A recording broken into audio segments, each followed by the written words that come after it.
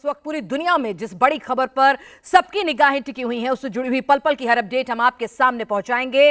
पाकिस्तान में जो शांति वार्ता शुरू हुई है, अभी तक आमने सामने अमेरिका और ईरान का डेलीगेशन नहीं आया है। अभी तक मुलाकातें सिर्फ पाकिस्तान के हुक्मरानों के साथ ही चल रही हैं। अमेरिका का डेलीगेशन मिल चुका है, जेडी वांस मिल चुके हैं और साथ ही साथ आपको बता दें ईरान का डेलीगेशन भी मिल चुका है। लेकिन इस बीच ईरान ने 2 शर्तें रख दी हैं और उन शर्तों के बिना वो कह रहा है बातचीत की टेबल पर नहीं आएगा। रॉयटर्स के हवाले से पहले खबर आती है कि भाई हाँ, अमेरिका जो है उसके एसेट्स को अनफ्रीज करने के लिए राजी हो गया। फिर खबरें आती हैं कि नहीं, वो राजी नहीं हुआ, यानी कि बातचीत शुरू होने से पहले ही अभी शर्तों के फेर में फंसी हुई है। इस सबके बीच में पाकिस्तान खूब वाहवाही बटोर रहा है। इस मौके को, इस लाइमलाइट को वो किसी भी कीमत पर गंवाना नहीं चाहता है। लेकिन लगातार हमारी इस बड़ी खबर पर नजर बनी हुई है कि क्या वाकई में आज बड़े दिन मिडिल ईस्ट में जो बारूद की गूंज है वो ठंडी पड़ेगी।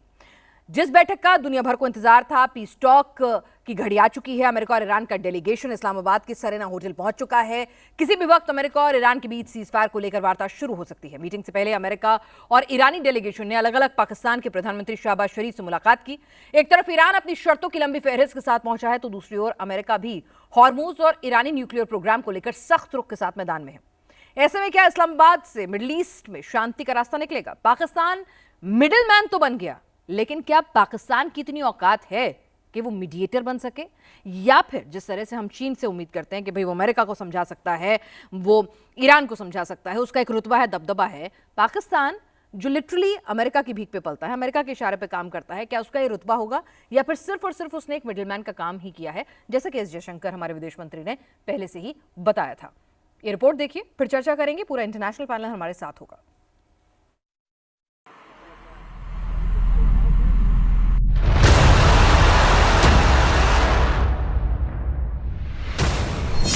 टेरर फैक्ट्री में मुलाकात, सीज फायर पर बनेगी बात।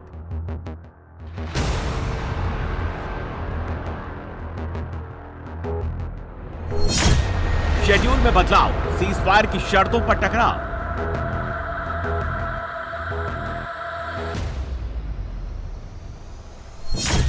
हॉर्मुज पर कौन झुकेगा? लेबनान में भी युद्ध रुकेगा।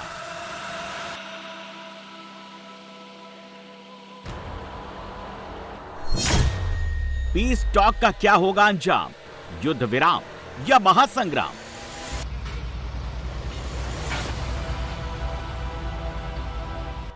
मिडिल ईस्ट की जंग रोकने के लिए आतंक की फैक्ट्री को चुना गया है।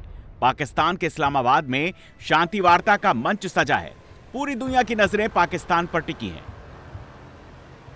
पाकिस्तान के प्रधानमंत्री शहबाज शरीफ और field marshal Asim Munir delegation की मेजबानी कर रहे हैं। इस्लामाबाद में कड़ी सुरक्षा के इंतजाम किए गए हैं।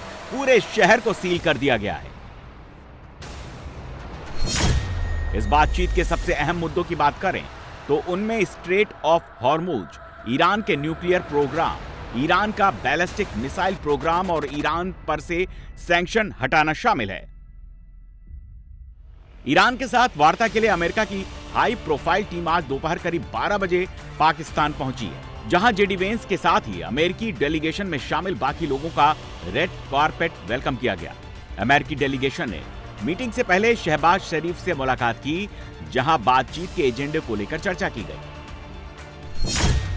इस्लामाबाद में अमेरिका की तरफ से इस वार्ता को vice president JD Vance lead कर रहे हैं। उनके साथ ही ट्रंप के प्रतिनिधि स्टीव विटकॉफ, ट्रंप के दामाद जेरेड कुशनर और सेंटकॉम कमांडर ब्रैड कूपर भी इस टीम का अहम हिस्सा है। आपको बता दें, जंग से पहले विटकॉफ और कुशनर ने ही ईरान से वार्ता की थी और कुछ रिपोर्ट्स में दावा किया गया कि इन्हीं दोनों के कहने पर ट्रंप ने ईरान पर हमला कर दिया, जिसको लेकर ईरान आरोप लगाता रहा कि वार्ता के बीच अमेरिका ने हमला करके उसे धोखा दिया। वहीं ईरान का डेलीगेशन कल रात ही इस्लामाबाद पहुंच गया, जहां आसिम मुनीर और डिप्टी पीएम इशाक डार ने ईरानी डेलीगेशन का स्वागत किया। पाकिस्तान पहुंचने के बाद ईरानी डेलीगेशन की आसिम मुनीर के साथ मीटिंग हुई थी।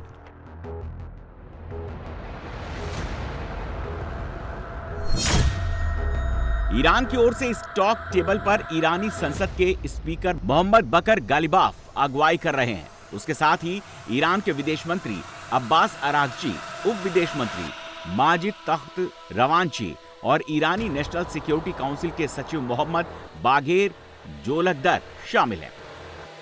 लेकिन पाकिस्तान आने के दौरान ईरानी डेलीगेशन ने मिनाब स्कूल की जान गंवाने वाली बच्चियों को याद किया और अपने प्लेन से दिल को झकझोर देने वाली झलक दिखाई। प्लेन की खाली सीटों पर मिनाब ने मारी गई बच्चियों की तस्वीरें, खून से सने बैग और जूते रखे हुए थे। ईरानी संसद के स्पीकर गालिबाफ ने सोशल मीडिया पर तस्वीरें पोस्ट करके ये इशारा दिया कि वो मिनाब के मुद्दे को भी मीटिंग में उठा सकते हैं। सीजफायर को लेकर ईरान ने अपना 10 सूत्री प्लान तैयार कर रखा है और उसकी मांग है ईरान को भविष्य में कभी हमला न करने की गारंटी मिले, स्ट्रेट ऑफ हॉर्मुज पर उसका कंट्रोल हो, उसको अपने परमाणु संवर्धन का अधिकार मिले, उस पर लगाए गए सभी प्रतिबंधों को हटाया जाए, यूएनएससी में उसको लेकर प्रस्ताव वापस हो, IAEA में ईरान विरोधी प्रस्ताव को खत्म किया जाए, इस युद्ध में ईरान को हुए नुकसान का मुआवजा दिया जाए, इलाके से अमेरिकी फोर्स पूरी तरह से वापस हों, ईरान के सीज फंड को जल्द से जल्द रिलीज किया जाए और लेबनान समेत सभी फ्रंट पर जंग पूरी तरह से रोकी जाए। अब अमेरिका के इन सभी शर्तों को मानने की उम्मीद कम नजर आ रही है, लेकिन अगर यह मीटिंग फेल हुई तो इससे बड़ा झटका पाकिस्तान को लगेगा।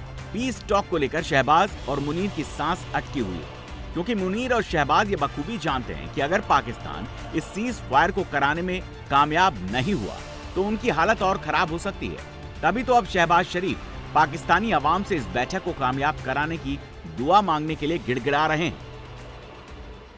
मैं आप सब इंतहाई काबिल एहतराम बुजुर्गों, माओं, बहनों और भाइयों को दरख्वास्त करूंगा कि आप अल्लाह ताला के हजूर दुआ करें कि रब्बे जुल जलाल इन मुज़ाकरात को अपनी कमाल मेहरबानी से कामयाब फरमाए। पाकिस्तान ने जो मुसीबत मोल ली है वो इतनी मुश्किल है कि अब ना शहबाज को समझ आ रहा है कि क्या करें और ना ही मुनीर को, क्योंकि ट्रंप को खुश करने के लिए दोनों ने इस्लामाबाद में मंच तो सजा लिया, मगर अब कई मुद्दों को लेकर ईरान और अमेरिका के बीच बात फंस सकती है। दरअसल ईरान ने शर्त रखी है कि लेबनान पर तुरंत हमले रोके जाएं, लेकिन सवाल है क्या इजराइल रुकेगा, क्योंकि इजराइल लगातार लेबनान में बारूद बरसा रहा है और उसके साथ ही अमेरिका ने भी लेबनान को सीज फायर में शामिल करने से इनकार कर दिया है। वहीं अमेरिकी डेलीगेशन भी शर्तों के साथ इस्लामाबाद पहुंचा है और वो चाहते हैं कि ईरान अपने परमाणु प्रोग्राम पर तुरंत फुल स्टॉप लगा दे, लेकिन ईरान के इस बात पर राजी होने की उम्मीद कम नजर आती है। अब ऐसे हालात में इस मीटिंग की कामयाबी पर तलवार लटक रही है, लेकिन इस पीस टॉक का सबसे टफ टास्क लेबनान पर हमलों को रोकना होगा, क्योंकि ईरान लेबनान में हमले रुकवाने को लेकर अड़ा हुआ है, लेकिन इजरायली प्रधानमंत्री ने साफ कह दिया है कि लेबनान सीजफायर का हिस्सा नहीं है, इसीलिए वहां हमारे हमले जारी रहेंगे। इजरायल ने हिजबुल्लाह के कई ठिकानों पर भीषण बमबारी की है। बेरूत समेत लेबनान के कई इलाके हवाई हमले के बाद धुआं-धुआं हो गए।